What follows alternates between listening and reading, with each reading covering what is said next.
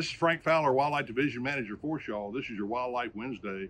Today we're going to talk about wildlife seeking a winter home.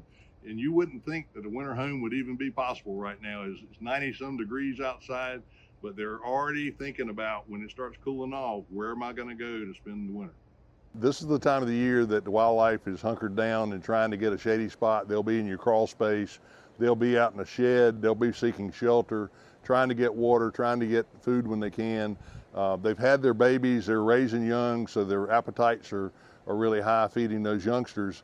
But also it's a great time of the year for us to reflect on what we can do to keep wildlife from overwintering around and in our structures. If we look here, there's some thick vegetation here that we can trim back. We also have a gardening shed that's right here, which is great for this time of the year because we need pots and potting soil and all the accoutrement that we use to help us in the garden. But it's real important to get this cleaned up and get this complex harborage out of here before wintertime.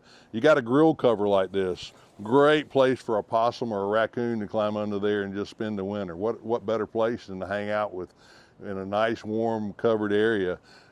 You've got anything that you can use to tuck in behind, try to get cleaned up, pallets in the backyard.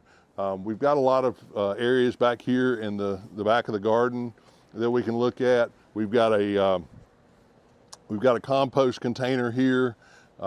We've got some excess bamboo poles, some fence posts over here in the corner. Getting all this cleaned up and getting a nice clean area out here is going to help to keep wildlife from hanging out here. Also starting to look around the outside of the house for areas that these animals can be getting in, because we don't want them in the house if they're not paying rent. This is your Wildlife Wednesday.